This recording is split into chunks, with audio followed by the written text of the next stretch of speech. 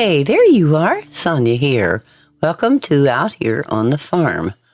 Let's go on another adventure with David, and I hear there's a real ruckus going on somewhere out there, and David heard about it as well.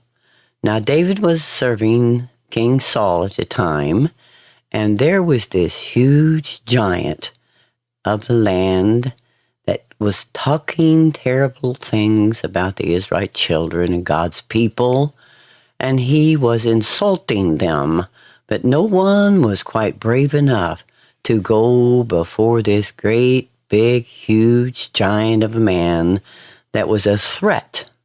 Have you ever faced anything like that? I'm sure we all have in our life, in our course of life. But David, something riled up in him, and he decided he was going to go and find where this giant was. So let's step back and let's observe what David is about to do. And this giant was laughing at the size of David. You see, it is not the size of a man or a woman's height or what have you. It's the size of their heart. And the wonderful thing about David was he was faithful to his king. Even when the king became jealous and wanted to even destroy David, David went ahead and was the greatest servant and cared and protected, and he defended the king. He knew what his responsibilities were. So he was learning all along, wasn't he? And there he is. Would you look at the size of that giant out there? Who in the world in their right mind would stand out there before someone that could just snap you like a twig?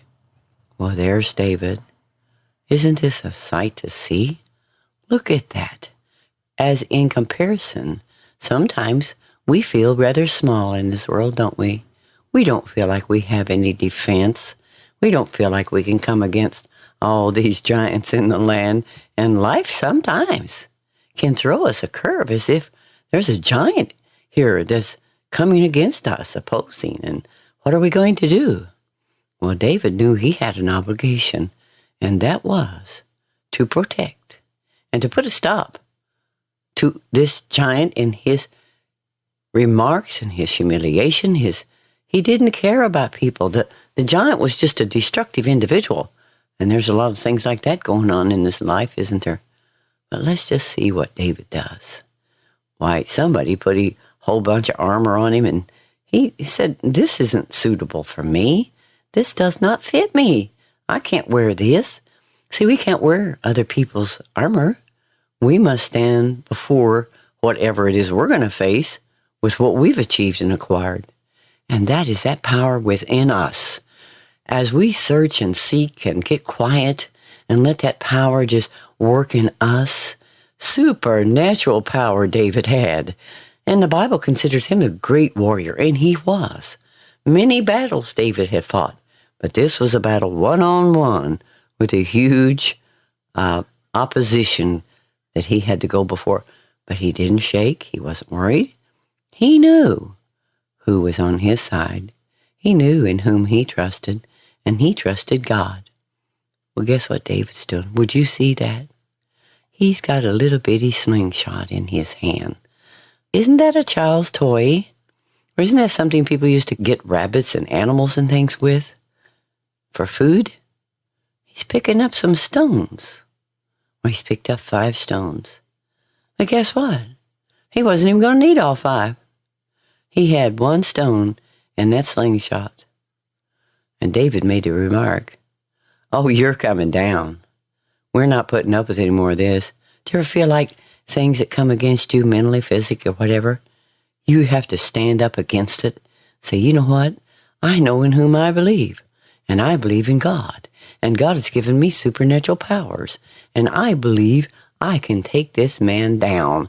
And so he pulled back his little slingshot and whopped that giant right between the eyes.